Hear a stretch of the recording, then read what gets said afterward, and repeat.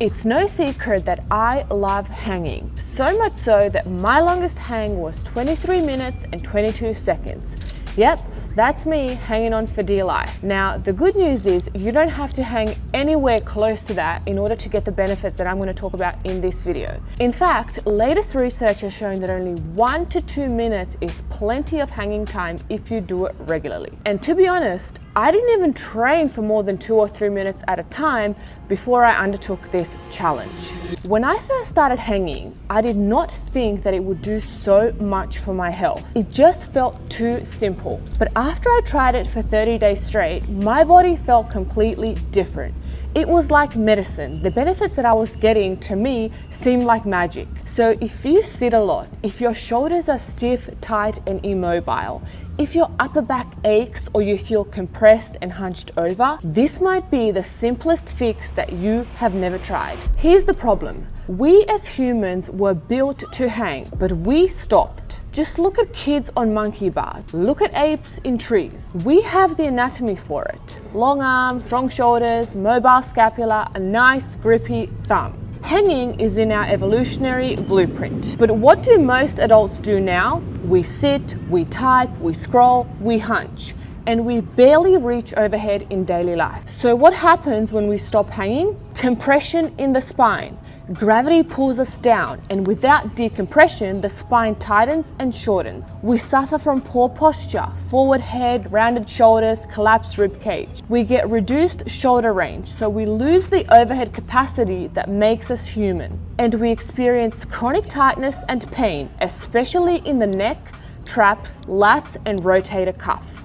Dead hangs undo all of that. So what do dead hangs actually do to your body? This movement might look passive, but it's creating huge internal change. The first is shoulder decompression. Dead hangs literally pull space into the shoulder joint. This reduces impingement, improves range of motion, and it can prevent injuries. Second thing is spinal lengthening. Think of it like traction. It gently stretches and decompresses the spine. It is great for people with back stiffness, especially after sitting or training. Number 3, it resets the posture. It reverses that tech neck and rounded shoulders. It re-engages your upper back, scapula, and rib cage to open the front of the body. Number 4, grip strength, one of the first things to improve. And research shows that grip strength is one of the strongest predictors of longevity. More on that in a moment. Number 5, it regulates the nervous system. Hanging activates stretch receptors and the parasympathetic nervous system. You literally calm down while decompressing. It's sort of like pressing a reset button for your entire upper body. So how do you hang properly, even if you're a beginner? And don't worry, this isn't just for gymnasts or CrossFitters. So you can use anything to hang. A sturdy pull-up bar, a doorway bar, gym rings, or even a strong tree branch. You can even hang a towel over a tree. In a hang, you want to relax your shoulders, let the scapula rise, let the body lengthen. You can also practice active hangs where you engage your lats and shoulders slightly, keeping control. This is better for beginners and shoulder rehab. So how long should you hang? Well, you can start with 10 to 20 seconds at a time. Aim to accumulate 1 to 2 minutes each day in sets or small chunks. Build slowly. It's not about ego, it's about consistency. The more you do it, the better it is. Over time, I would like you to achieve 5 minutes of accumulated daily hanging. Some modifications that beginners can use. You can keep your toes lightly on the ground for support. You can use a bench behind you for even more support, or a lower bar to reduce the intensity. Breathe deeply, relax the jaw and the face, and focus on control, not force. So what can you expect if you try this for 30 days? Well, here is how it changed my body over the course of 4 weeks. Week 1, my forearms were toast. My shoulders ached, my grip gave out fast. Honestly, I questioned if it was even worth it, but I kept at it, and by week 2, suddenly my upper back opened up. I caught myself standing taller, breathing deeper. Pain in my neck from computer work started to fade. The hang felt less intimidating, and I could actually feel things popping in my spine as it decompressed the joints. It was wild. And on to week 3, That's when my grip started holding longer without even trying. I remember thinking, what is going on here? I felt so beast mode, like I was training for some strongman event. I also noticed more control in overhead pressing and pulling movements, and my shoulders felt more set in place and stable. My long-standing frozen shoulder injury was beginning to show signs of improvement. It was actually amazing. And when I got into week 4, it became like a craving.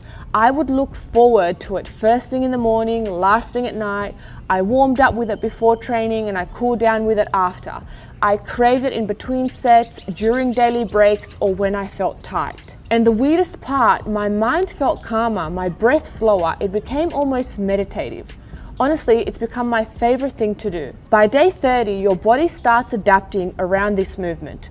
Your posture changes, your joints open, and your nervous system treats it like a daily reset button. And there's a little insight on grip strength and longevity. Here's where it gets interesting. Multiple studies have shown that grip strength is directly correlated with life expectancy. In fact, in older adults, lower grip strength has been linked to higher risk of heart disease, increased risk of falls and fractures, greater likelihood of hospitalization, shortened lifespan. A 2015 study in The Lancet concluded that grip strength is a strong predictor of all-cause mortality, even more so than systolic blood pressure. So if there is one thing that you could do today to start reversing aging, hanging might be it. So how do you stay consistent with this hanging? Let's be honest, doing this every day sounds easy, but life does get in the way. So here's how I made it stick. I would stack it with habit. So hanging while your coffee brews, while you're reading, while you're scrolling the internet, hanging before and during workout. Just find somewhere that you can grab and hang from. And most importantly, track it. So use your notes app or a habit tracker, start a 30-day challenge with a friend, aim to beat your weekly total, not just hold for max. And just make it fun.